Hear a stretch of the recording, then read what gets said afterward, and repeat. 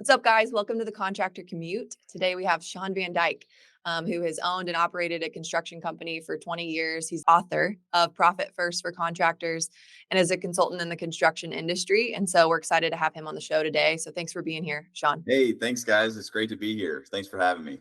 Yeah, it's been fun to meet you. Yeah. Yeah, we're excited to have Shawn. I mean, I looked up his book, Profit First for Contractors. Amazing book. Yeah. Haven't got a chance to read it yet, but I've read the Profit First, kind of the intro, and Shawn's kind of taken a whole nother level for contracting specifically. Shawn, I want you to take us back to kind of like when you were, obviously you were a contractor for many years. And so the early days of running a business, where were some of the pain points and how did you get into this idea of like profit? And were there moments in your business where you felt like I got to do something different? Were you losing money? I mean, maybe give us some of the story from the early days. Yeah. So before I started my first business, I go way back. I got a couple of degrees in engineering. So I have a undergraduate degree in civil engineering, and then I got my master's degree in structural engineering. And so I went the whole engineering route. That's why I like to make fun of engineers, because I used to be one.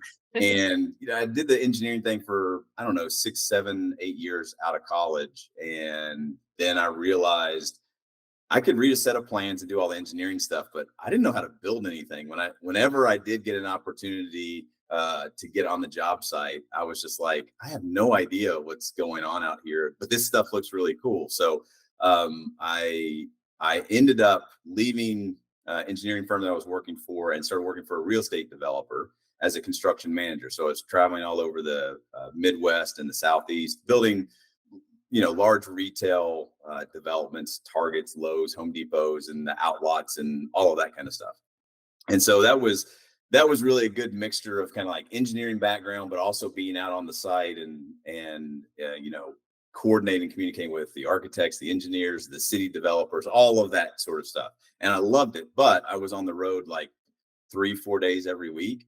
Yeah. And just about that time I had gotten married. We had, I think, our second kid on the way. We have 5 now. So obviously I figured a few things out, but my wife was like, I'm glad that you enjoy your job, but this being on the road thing ain't going to work. So I thought, well, I'll just do this construction management stuff in my local area. So I'm here in East Tennessee, in Knoxville, Tennessee. So that was my first business, was really a real estate development and specifically construction management, helping what I would call mom and pop shops develop property that they own for commercial and industrial use. And that started in about 2005 and had a good run there until 2008. And then the bank stopped giving. What happened? Yeah, it stopped giving. And people talk about the residential crash, but the commercial crash happened before that. Like the money got shut off commercially first, and I saw that coming. And so, but by that time, I'd already had my contractor's license. I wasn't a contractor, but I had to be licensed as a contractor to do construction management, at least here in the state of Tennessee. So I had, like a lot of contractors start out, friends or family, people that I went to church with, they were like, hey, aren't you a contractor? We have a project. And I'm like, I'm not that kind of contractor. But then when real estate development kind of was drying up, they were like, aren't you a contractor? And I was like, yes, I am. What would you like me to do? And so I really didn't know anything. So I started a remodeling company, because that was the jobs that I was getting from friends and family. Mm-hmm. And as I often tell folks, I didn't know what I didn't know. And from my real estate background, for example, one of the first projects that we did was a high-end bathroom remodel. Probably, this is, again, a long time ago, 20 years ago or whatever. But it was probably about a $65,000 bathroom remodel. And a person I went to church with, they were like, hey, we want to do this project. What do you think? And I was like, okay, well, tell me some information. They didn't have any plans. It was just ideas. And I just said, okay, just like in real estate development, the developers would invest tens of thousands, if not hundreds of thousands of dollars into a property to figure out if they could afford to put millions of dollars into it. I just thought that's, it's just due diligence. So I was like, okay, you don't have any plans. We got some ideas. I'll start putting the project together for you. It'll cost you about $1,000. And the guy was like, okay, that sounds good. And so I was like, okay, cool.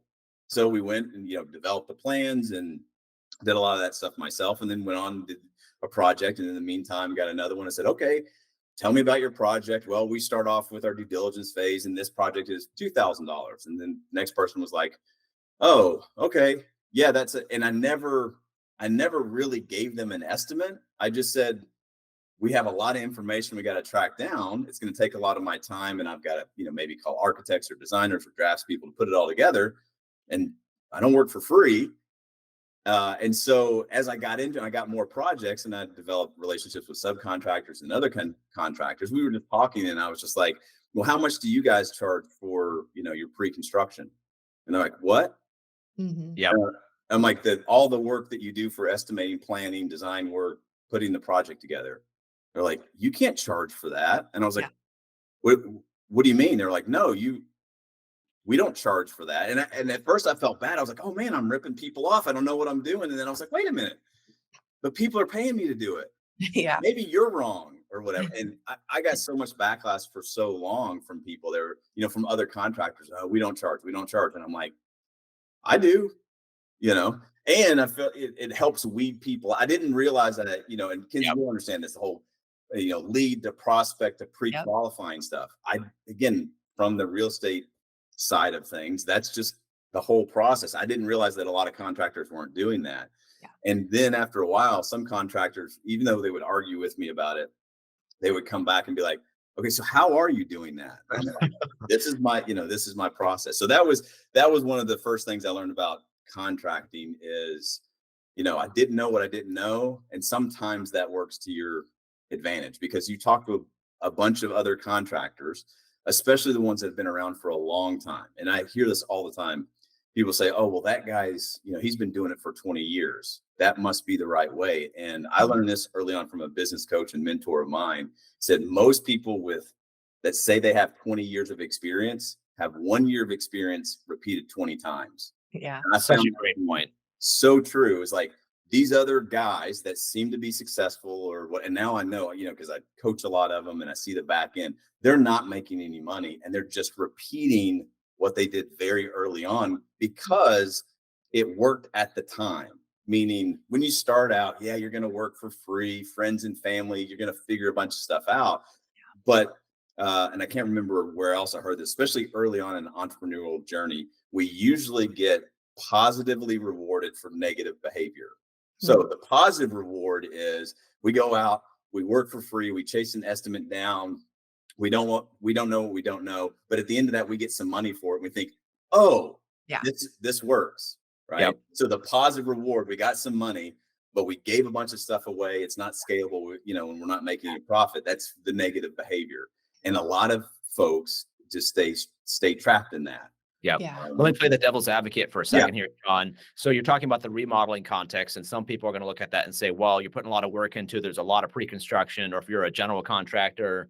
But what about some of the trades? If you're a plumber, if you're an electrician, what's your advice to these guys where they're feeling like, well, I can't do that for my industry because anybody can go out and get 20 quotes for their, changing out their furnace? Yeah, that's right. There is a difference between, well, I'll say business is business, and you should be able to charge, whether it's before the service, during the service, after the service, or whatever. You should be you want to be charging based on the value that you provide. So for a service-based industry, let's say plumber, electrician, mechanical contractor, whatever, you need to have a menu. Just like when you walk into a restaurant, I like to use Chick-fil-A as an example because they're one of the most profitable restaurants or whatever. You cannot go into Chick-fil-A and order a cheeseburger. Right. If you do, you don't know what you don't know what you're doing. They have a menu that's developed and the price is on that menu and everything else they've already figured out. And then they advertise and market to say, do you want the best chicken sandwich? And a lot of people say, not only you can argue whether it's the best chicken sandwich, but people often talk about their service, right? Yep. So it's like, I want a chicken sandwich, but I want to get through the drive-through with like military precision. We're going to Chick-fil-A. Yeah.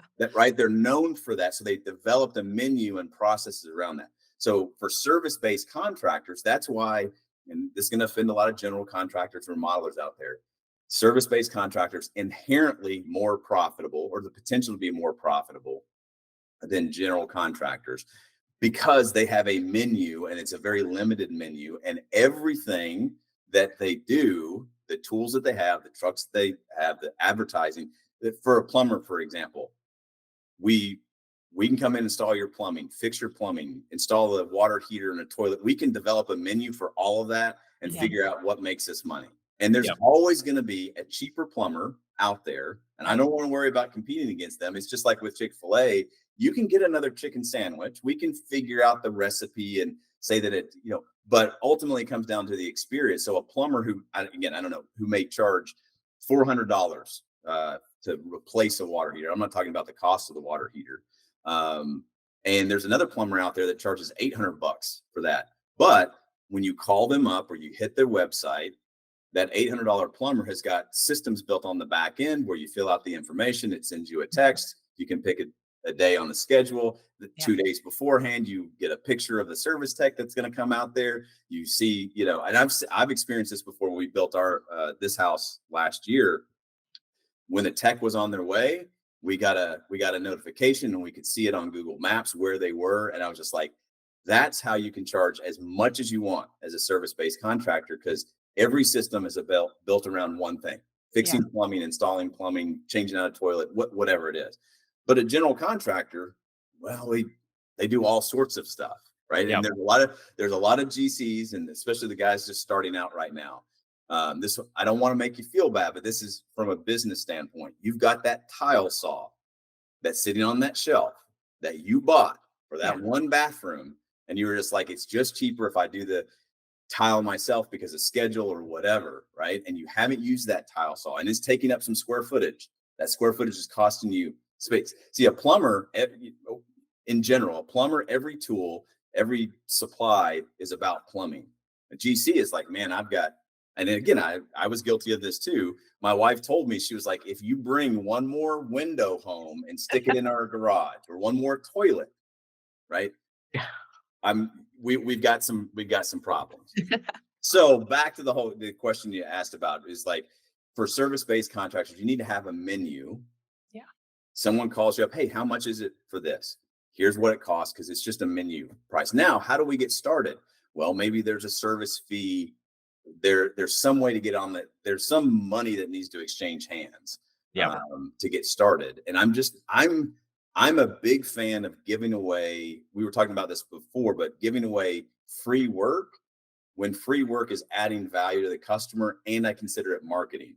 So, for example, for a GC, I'm a big fan of getting paid pre-construction and doing all of that kind of stuff. But if it's the right project for the right client, in the right neighborhood, with the right architect, somebody that I want to get in with, I'm running out there. I'm going to spend hours with them. I'm going to give them what I would normally charge, because that's marketing. Now, the only way that I can create the space to be able to pick and choose that is if I don't say yes to everybody that calls me up and wants me to do an estimate.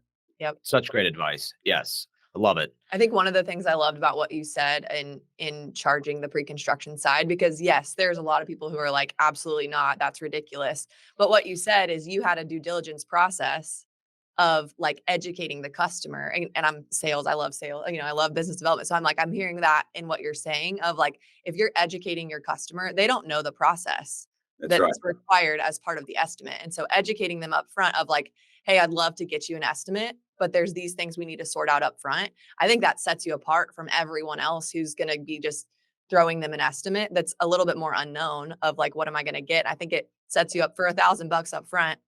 You're probably going to save 10,000 down the road. I mean, obviously depending on the project, but I love the like education piece that you just subtly put in there. But I wanted to call it out a little bit more upfront of, hey, you can't go back to a project and be like, oh, I forgot to charge you. That it has to be an upfront thing. It has to be before you even explore the project further. And so I like that call out that you said. Yeah, and I like what you said there. What I teach and train my clients is, especially on like a couple of things that you said there, is like, oh, we charge for estimates. No, I'll give you an estimate right now. Tell me about your project. Send me your plans. I'll look at it. But an estimate is a guess based on my experience and the information that I have access to. Right now, most customers they think an estimate is doing a detailed proposal, but that's part of the terms you just need to define upfront in the sales process. is to say, hey, can you give me an estimate? Yeah, sure. Tell me about your project. And then you ask a ton of questions and you say, yep, no problem. We do this all the time. You should plan for a budget range between X and Y. Are you going to spend that? And I'm going to be like, no, we're not going to spend that. Okay, well, then you should probably consider these other options to get within a budget range. You got to get the budget out. And then at the end of that conversation, they'll be like, okay, thanks. When do you want to come out here and take a look at it? Yeah. What do you want me to look at? Well, are you going to come and give me an estimate? And be like, no, I just gave you one. What you, and again, this is it's good. business owner to business owner. I'm saying, oh, what you're asking for is a proposal. And that's step one of our process. And that's a big thing, especially for a lot of contractors that are starting out. It's okay, run around. You got to create some momentum around your business and word of mouth. I get that. But I often hear from them, well, Shawn, I can't charge for estimates because every project, every client, everything, it's always different. And I'm like, back up. Business is business. Yeah. The one thing that you can sell is a process. So the pre-construction services are not about selling the project. It's about selling the process. We have a process. It starts with step one, then we go to step two, and then step three. And there'll be some revisions along that's part of the process, so that at the end of that, we know how to start the production. Let's just be really clear.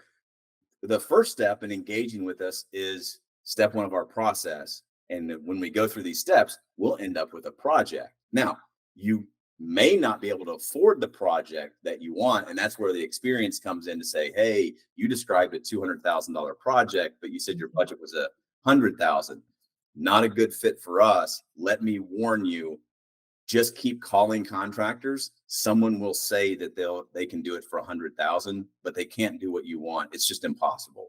Yeah, that's good. Yeah. Sell the process, not the project first. Yeah. A lot of our guys are going to be in a position where they're either just starting off in business, Shawn, or don't necessarily feel the confidence in their process yet. And I think a lot of consumers are going to take advantage of that because they don't necessarily have. I think what you said about the value you're bringing to a situation, and if you are just starting off, you have less value, less experience. There's the customer's going to pick up on some of that. So I think there's a growth in process as well, and to be patient with ourselves through that process. But if you were to advise somebody that's starting off, doesn't feel the confidence in their process, doesn't know what the process should look like, and so therefore they're going to go to a consumer and who also might feel like an expert, right, and say, well, this is the way it should work, and you're a contractor and you're like, well, I'm not sure about that. I think there's an element of either being taken advantage of or feeling like there's a pressure of like, well, I need this job, I need this customer. So maybe not to overpack the question, but in essence, I think there's people that are starting off that don't have a process defined yet, or don't have the valuable, service to bring to somebody yet. They need to get there. Where's the transitionary step? Where do they start off in that process? Yeah, I tell people this all the time: sell what you got. We don't have a process, but if you're listening to this and you're like, oh, I think I get that. How long is it going to take me? Then just sell that to your next customer and they'll buy it. Again, it may not be an exchange of money, but you say, hey, by the way, we're just kind of starting out. Most contractors do it like this, but we're building this process, right, of this pre-construction. Tell you what, and here's the other key. So sell what you got, because you can confidently talk about it. A customer will pick up if you're making stuff up. So don't make stuff up. Just be truthful. Be like, hey, we're developing a process. We don't have it all ironed out yet. I'd like to take you through the first few steps. And normally we charge for this, but for you, we're not going to charge you anything because you're kind of a guinea pig for us. Now, the work's going to be great or whatever. We're just working on our process. And a lot of customers, that's just added value. And so early on, just tell them the truth. Hey, we're developing a process. We don't have it all ironed out yet. Would you be willing to be a guinea pig for us? A year from now, 6 months from now, we're going to charge for this, but we want to get you as our best salesperson. So 6 months from now, when I refer somebody to talk to you about what an awesome job we did, just don't tell them that we didn't charge you anything. But normally, that's the second key. Use the word normally. Yep. Because if you say normally we charge $1,000 for this or $500 for this, but for you, you're cool. I like you and I want to test this thing out. We're going to charge you $200, or we're going to do it for free, or whatever it is. That word normally, and having confidence that you're just selling what you got will Yeah. get you, that will get you through the first few steps of building up that confidence. It's And brilliant. you figure out what works and what doesn't work. Yeah. Yeah. Well, and I think it's smart too, because it's like, hey, the next job you get for that person, now it's like, hey, now we have a process for this. Yeah. Like, I'd love to like walk you through that process. And they get to be a part of the journey too. And you didn't lie to them up front or, take advantage of them, things like that. So that's cool. You're building an expectation that they're going to be very patient with you in that too. And I love that. I like what you're saying, being truthful, selling what you got. And I think there's an element of people like that authenticity is rare. Like so many people are going in there. You want amazing work? Well, that's us. You want it yesterday? That's us. I mean, like, but people's BS meter is going beep, beep, beep, beep, like, you got to look out for that. So yes, I like that.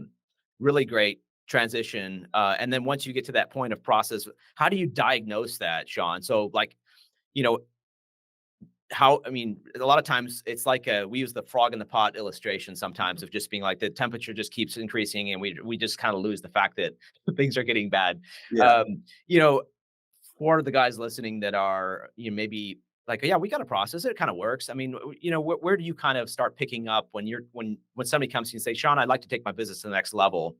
How do you kind of diagnose where the problems are from this like early standpoint of like, where are sort of the indicators of something needs to improve or where the problem points are? Where where are the kind of questions you would challenge somebody to ask themselves? Yeah. So you cannot control a customer. And most of the time, and I'll say this kind of tongue in cheek, most of your customers are going to lie to you. I'm not saying they're bad people, but they don't tell you the truth because they're either ignorant or they're nervous or they're just in general scared. So one of the ways that customers, I won't say lie, but probably aren't totally truthful is they're afraid to share too much information, especially about the budget, right? Yeah. So if you're just starting out and it's a nerve-wracking question, but as soon as you realize the budget question is one of the best questions to pre-qualify.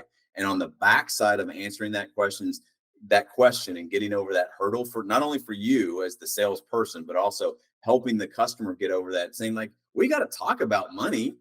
And once we get over that, I can share all sorts of, valuable information. But if we end the conversation and I don't know, you described $100,000 project, but you only want to spend 50, we're both going to waste each other's time. So for somebody starting out, don't worry, you have to be in business long enough to not care anymore. Like this is going to sound really bad, but anybody that's in sales, once you develop a process that works, a sales process, a scripted process, meaning we always ask these questions, we get our customers, we need this type of information.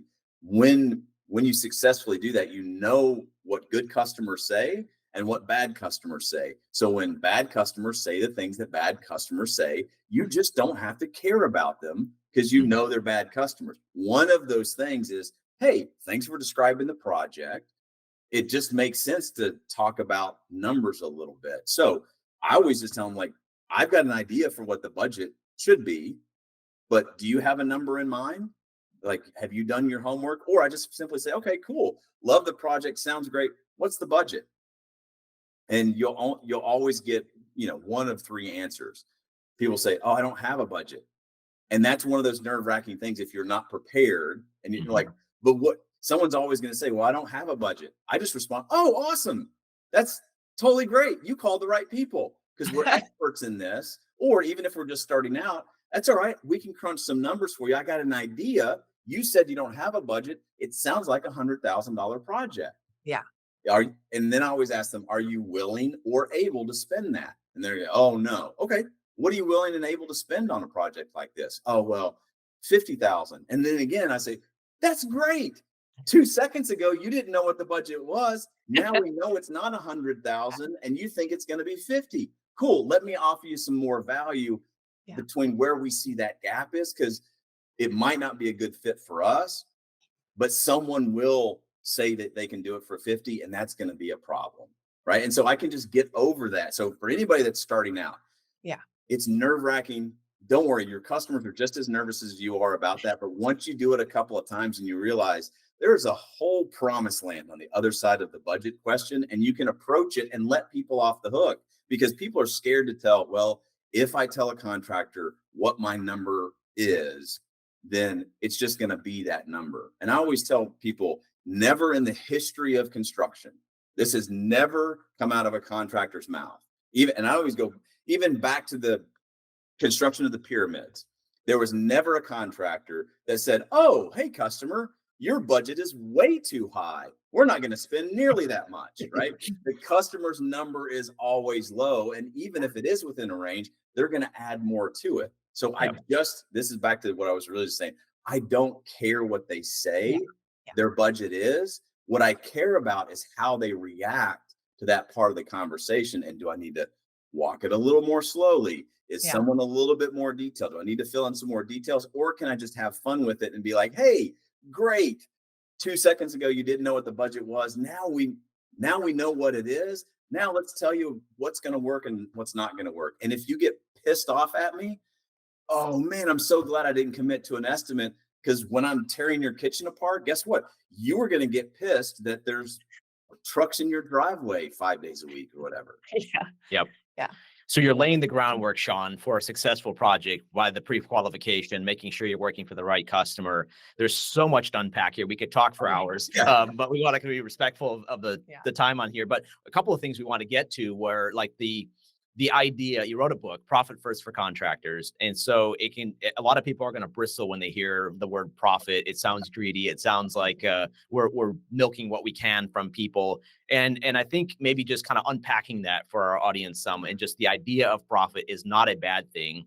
And where you're going as a business, kind of like getting to the promised land, like you talked about, of like the other side of this. What is the impact from that? Of like, why do we need to be focused on profit, and why is that not a bad thing? Yeah, and I always start with like the definition of what a business is. A business is an enterprise or an operation that sells a thing for money, that provides value to its customers, and that makes a profit. Yep. Those things, the thing, the money, the value, and the profit. Those four things. Again, any business has to have that. Yep. If you take out the profit, we sell a thing for money that provides value to our customers, but we're not making a profit, that's not actually a business. That's a charity. Yeah. That's what a charity does. Okay. Yeah. So you have to decide, do you want to run a business or do you want to have a charity? Well, profit is the differentiator between those things. And a lot of contractors out there spend a lot of time providing charitable construction services for millionaires. And you just got to get to the point. And I worked for an owner many years ago, and he came into the office one day. I was the operations guy. I was a COO. And he said, you know what? I am tired of operating a charity for millionaires. We're not going to do it anymore. So that's one of the things that profit is. It distinguishes you from a charity versus a business. Now, the value part of that equation, we sell a thing for money. We don't deliver on the value that we talked about or that we sold, and we're making a profit. Then you're running a fraud, and you can't grow a business if you're known as that. Those are pretty harsh terms, but just to break those things down. So back to the profit thing. If you're not making a profit, then you're running a charity. So we want to be able to be a profitable business. The problem with businesses is that so many things are outside of our control. The first thing that gets eaten up is profit. Like, business owners can pump more time and more resources and put more money into it. But that business wants to chew up that profit, and it wants you to be a charity. Like so what I would say, to view profit is not a money thing. Profit is a measure of effectiveness. So if that's what profit is indicating, and I get this from, I think it was Warren Buffett that said it, that profit is a measure of effectiveness. And the more effective you are by selling a thing for money and providing value, then the more profitable you become. So therefore, the more effective you can be for yourself and your family, for your employees. And I always extend this out to the community. Your community needs you to be profitable so that you can hire people, so that you can be charitable, so that you can offer other services. And as I always say, we want to make a lot of money from our customers so that we can also pick people within our community that we can be charitable to. There's some little old lady down the street that needs her screen door replaced and her deck, redone or whatever, you need to go make a bunch of money from everybody else so you can go take care of her That's good. and Yeah. other people in your community. So that's how I look at profit. If you're not making a profit, you're running a charity, and profit is a measure of effectiveness. The more effective you are, the more money you'll make. So go make a monster profit, but just realize the more profit you make, it's because you're providing more value to your customers and to your community.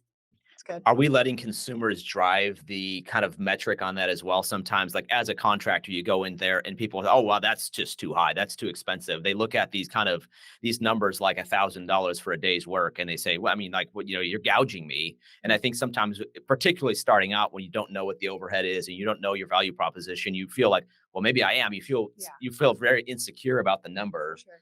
And then you go get some quote from a competitor and you realize, well, it was double the 1,000. Like the 1,000 was even low that your customer's giving you a hard time about. Yeah, and as the way that I think about that, because it's true, right? The construction industry, there's a lot of commoditization of that, right? They think, oh, I'll just call another concrete company, and get a cheaper price, and that's totally possible. And there's a lot of contractors because especially in certain areas and certain types of constructions, there's very low barriers to entry. Right. So with those low barriers to entry, there's always going to be someone cheaper. Right. So you have to battle that a little bit. But as far as like customers taking advantage of contractors, especially for new people starting out, I want you to think about this when they're like, oh, you're too expensive, or, what's your overhead, or what's your profit, or, whatever. Right. They just go too deep and asking too many personal questions. As long as those people, I would say, if they own a couch, for example, then they don't understand markup, because you go to your local furniture warehouse and your customers that are buying remodeling projects, and at the end of the project, they're going to go buy some furniture. They have any idea what the markup on a couch is? It's like 600%. Right. Right. If any, and I was, again, just to kind of, for the business owners out there that are a little bit nervous, ask your customers if they've gone to the movies in the past year. And if they have, did they buy popcorn? What do you think the markup on the popcorn is? Yeah. Probably 1,000%, like literally 1,000%, right? But people buy popcorn at the movies because of the experience and everything else. So that's where it's like, hey, I'm going to hear you're too expensive. Great. That's no problem. I know my markup or margins in the construction industry are very, very small. They're very slim, right? So people are always going to be looking for someone cheaper. And when they look for somebody cheaper, just remember, and this is what I tell contractors all the time, don't compete against yourself from 3 years ago. What I mean by that is 3 years ago, when you started out, you didn't know a bunch of stuff and you weren't as good as you are now. And you figured some things out. So you raised your prices, you added more experience. Maybe you have more crews or better equipment. You're more efficient and the experience is a lot better. Okay. But someone that's coming to you, they're wanting to buy from you 3 years ago. Don't compete against who you used to be. Yeah. Yep. That's really good. As long as, just to give some business owners some confidence out there, because the sales is tough. Business is tough. It sucks. Don't get me wrong. Right. But as long as people are still buying first class plane tickets, as long as Mercedes, BMW, Jaguar, whatever, fill in the Teslas, as long as people are buying that stuff, don't worry. There's customers out there that want to buy value. It's true. Yep. Yeah. It's good. Kind of goes back to some of my earlier experiences as well. When you have that, you're unsure of yourself, you don't know what things should cost, and you're trying to break that all down for somebody. And then the overhead component, where you're bringing up of like your business 3 years ago didn't require the same level of overhead as it does today, and it can be very scary process if you're not monitoring that through that. So I'm sure you're giving some people advice along the way in your coaching process, in your book. But if you're monitoring profit, you need to know where you're at. And I think a lot of times that's the first thing we sometimes neglect as builders, contractors. You get out there and do things. You're passionate about building pretty things, and then you find yourself like, where did all the money go? And changing prices, and then your business shifts over time. I had that with my business. It grew from me and my brother to 14 people, and suddenly it costs us more to just do nothing. Like Yeah, exactly. Right. Yeah, doing nothing usually meant that was free. And now, 14, 15 people doing nothing is very, very expensive. Right. right, Yeah. right. It's interesting. We have some contractors, that we've just known for a while who, we stress like, hey, know your costs so that way you can actually know your overhead so that you can actually make a profit, at the end of the day. And I know profit first, it's like, you got to have a goal, of course, but then you also have to know, like Ben's talking about, like we're talking about, what are things costing you? What do projects cost you? What's your business cost you? We've talked to contractors, some who are charging, an hourly rate, but they actually haven't calculated the overhead Yep. component. And it's like, man, you are definitely not making a profit because your business is eating money. We've Yeah. talked about this. It's, Yeah. you are running a charity if you don't have those things defined.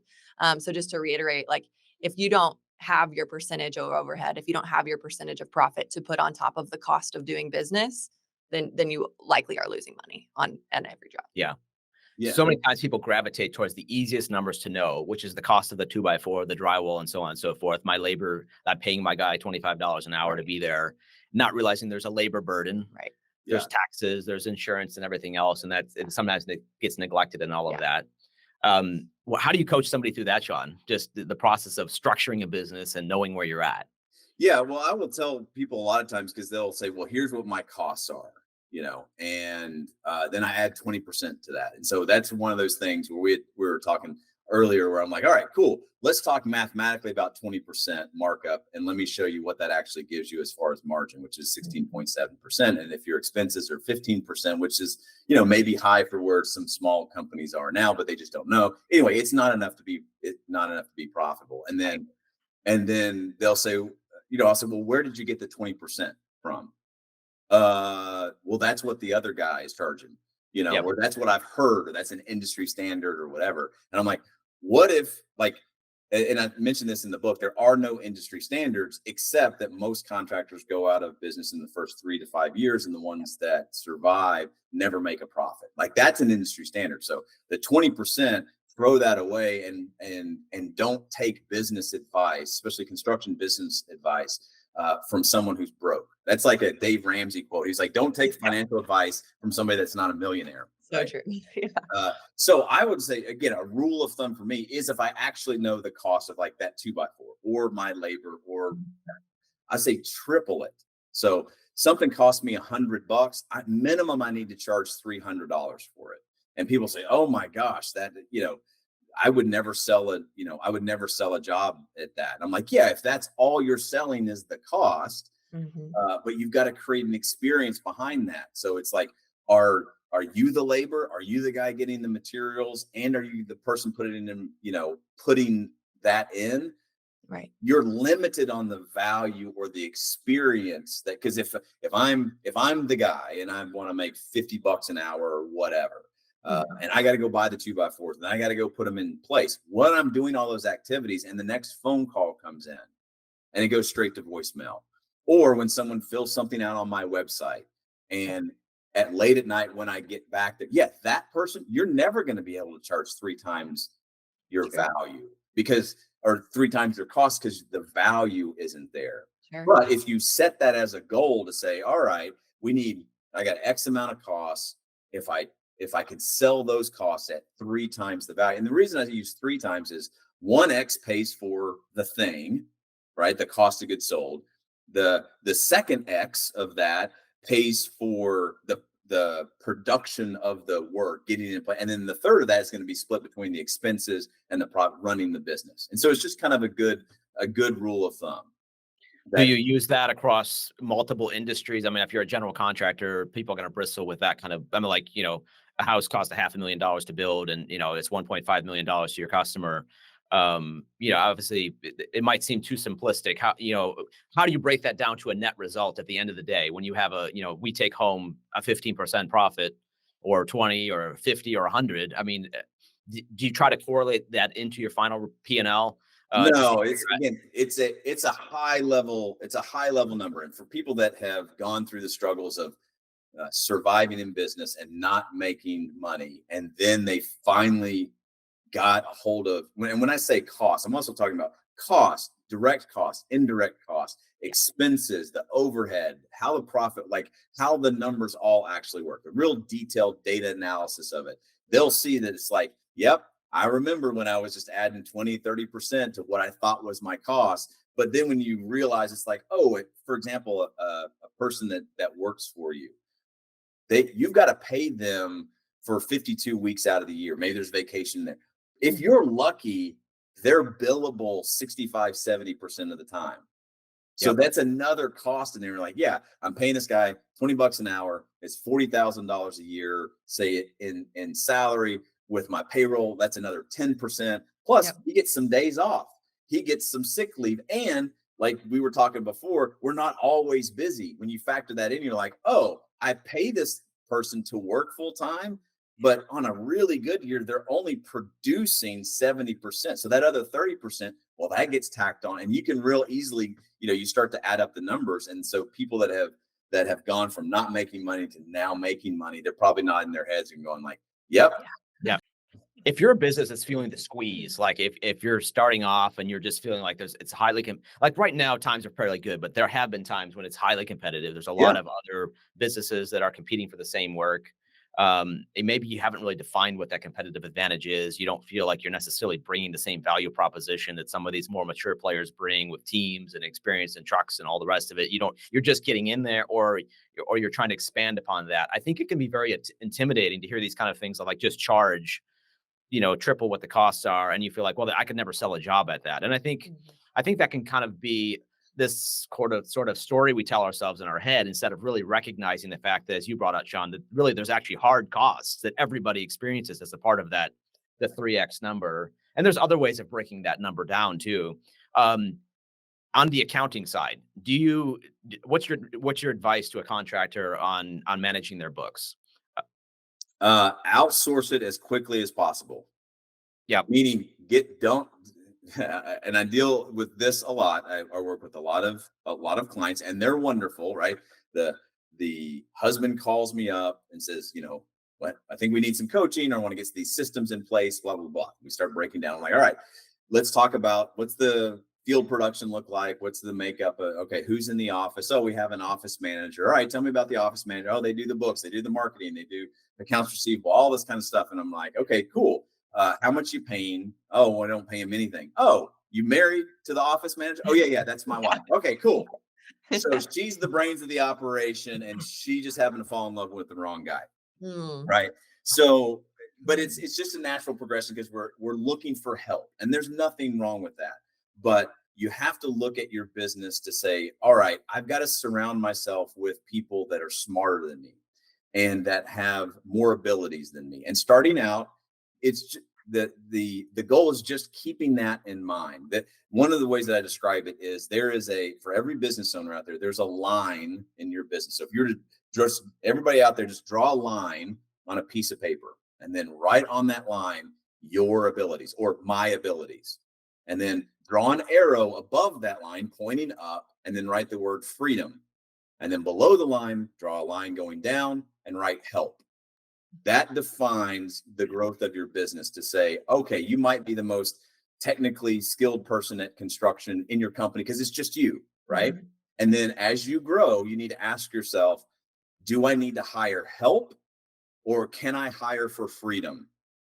Wow. And a lot of times we start out and it's okay. We hire help, which means I'm going to bring my wife, my girlfriend, my cousin's aunt down the block is going to do some books for me. I'm going to pay him a little bit of money, and that's going to help me out. Great. It's cheap from a monetary standpoint, but it's very expensive for time. Hey, I need someone to help me out in the field. Okay.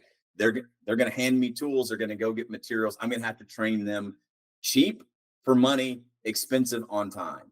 Yeah. And then you're going to realize, man, my bookkeeper is not able to get me the numbers that I think I need because I'm trying to hit this 3X margin or, whatever it is. Yeah. You're like, I'm going to glance back at that line. I'm like, I think I need freedom. I think I need to be done with this thing. And that person is going to cost you more money than you ever imagined you'd spend on a bookkeeper, an operations person, a project manager, whatever it is, but you get all of your time back. It's good. Yeah. And what can you do at that time? Where are you most effective and efficient? If you're doing all the things like you brought up, Shawn, of that you're not proficient at or are not, if you're hiring somebody that's worse than you, I found myself, I can identify with that so much. When I first, started scaling my business, I hired for help all the time. And what I ended up with was a company where everyone would say, well, boss, what should we do here? Yep. Yeah. And I was surrounded by idiots. I mean, and it was of my own making. It wasn't like they weren't great people. It was just the fact that when it came down to it, they just said, what should we do here? And I couldn't scale it. And I think, why is it that I'm at that level where nobody can add anything more than what I can give? And it was a terrifying experience. I mean, not terrifying. It was extremely like, I was working around the clock practically to try to keep up with it. And I started realizing I've hired a lot of the wrong people. And because it was easy, because I didn't have to go put the pain and effort into finding the right people, I was just like, well, there's somebody I know. There's, I hired, the nepotism and that kind of thing. And it's because, well, who do I know to solve a problem? And I started recognizing like my pool needs to expand from who I know. And again, I'm not saying that no one starts a business and the first thing they do is hire for freedom, right? That I'm not saying that like you're failing if you're not doing that. You just need to be aware that day is coming. Yeah. And if you're not aware of the difference, we have a tendency just to keep falling below the line. And if we look around the room, I don't know, 3 years, 5 years, 10 years in business, and you're like, I am the most skilled person here. That's a problem. Because if you're 5 years into, unless you're a contractor that fell in love with bookkeeping, that fell in love with estimating, which most people hate or whatever. And this is the other mental thing is the owner projects their personality and their thoughts onto the entire business where they go, I hate estimating or I hate bookkeeping. So I'll do it because I don't have the money to hire somebody else. But like people can't love this stuff. And then you realize like, nope, some people hate to be out in the field. They love to stare at a computer screen all day. And that's all that they do. And I heard this phrase, I think it was Alex Hormozy said this, if you're familiar with him, he wrote $100 million offers. And anyway, the guy's a genius, but he said, if you want something done well, hire somebody to do it all the time.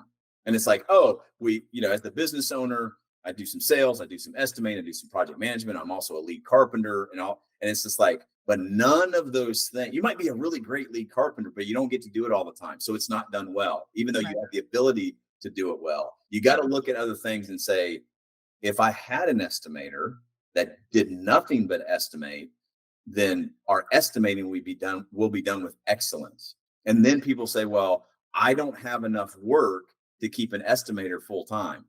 Yep. That's the great thing about a small business is you're in control of that and be like, hey, I call it a 50-50 position.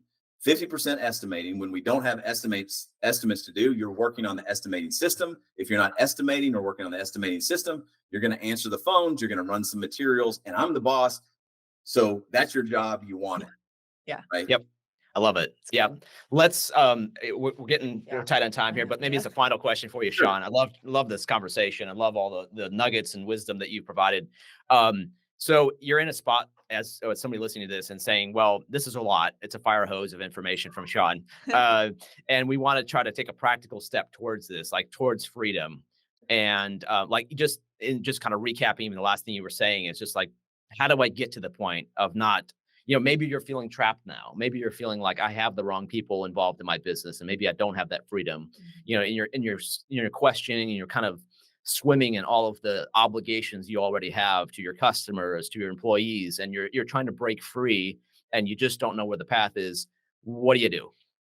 Okay, so I'll make this really simple, and it'll obviously be a plug for the book too. So money is going to solve most of your business problems. We'll just leave it at that, right? And we talked about profit before. The problem is your business wants to chew up, spit out, and waste as much money, as it can. So to solve whatever problems, a people problem, a system problem, a growth problem, a customer problem, we need to probably throw some money at it. But we got this thing called a business that wants to just chew that stuff up all the time. So simplest thing you can do. And we talk about this in chapter 1 of the book.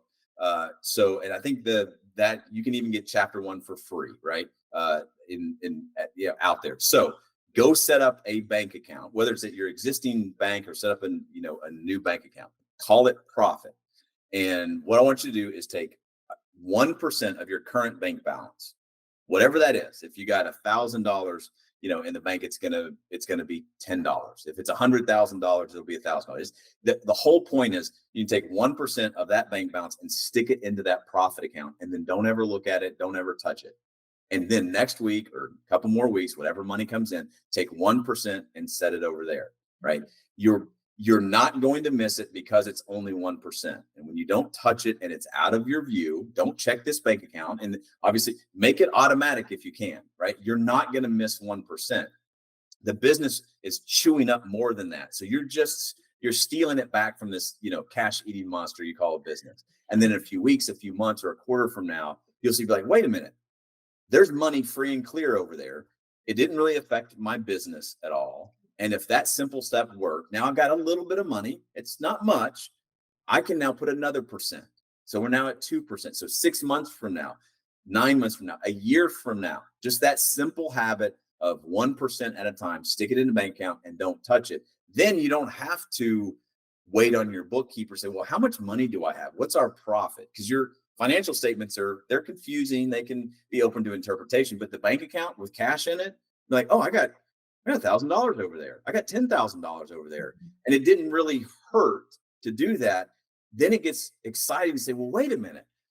I'm putting 3% of every dollar that comes in here. I don't really even miss it. You know what? I bet I could charge my customers 3% more. And they're not going to care. And what that practically comes down to is, $100,000 project, I'm going to sell it for $103,000. If they're not going to buy it at $103,000, they were never going to buy it at $100,000. Totally. Yeah. And then we have this way to just siphon money off of this thing in our business and set it aside. So that's good.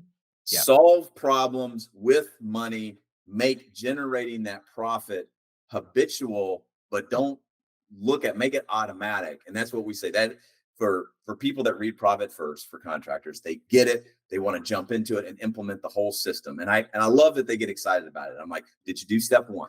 Yeah. You got to get a bank account and start siphoning money away from this cash eating thing we call a business and protect it.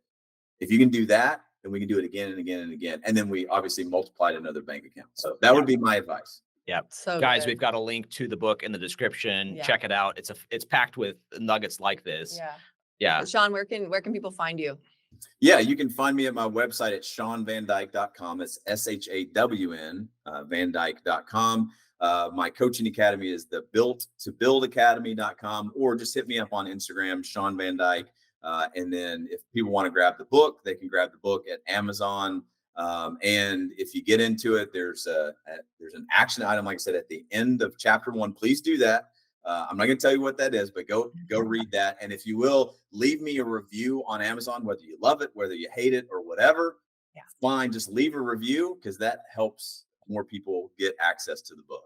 Love it. Love it, Shawn. Thank you so much for your time. This has been really fun. Yeah, Love to have you back. Yeah. Anytime. I got more fire hose, so we can. I can tell you're just getting love warmed it. up. Keep going. Yeah, we're just warming up.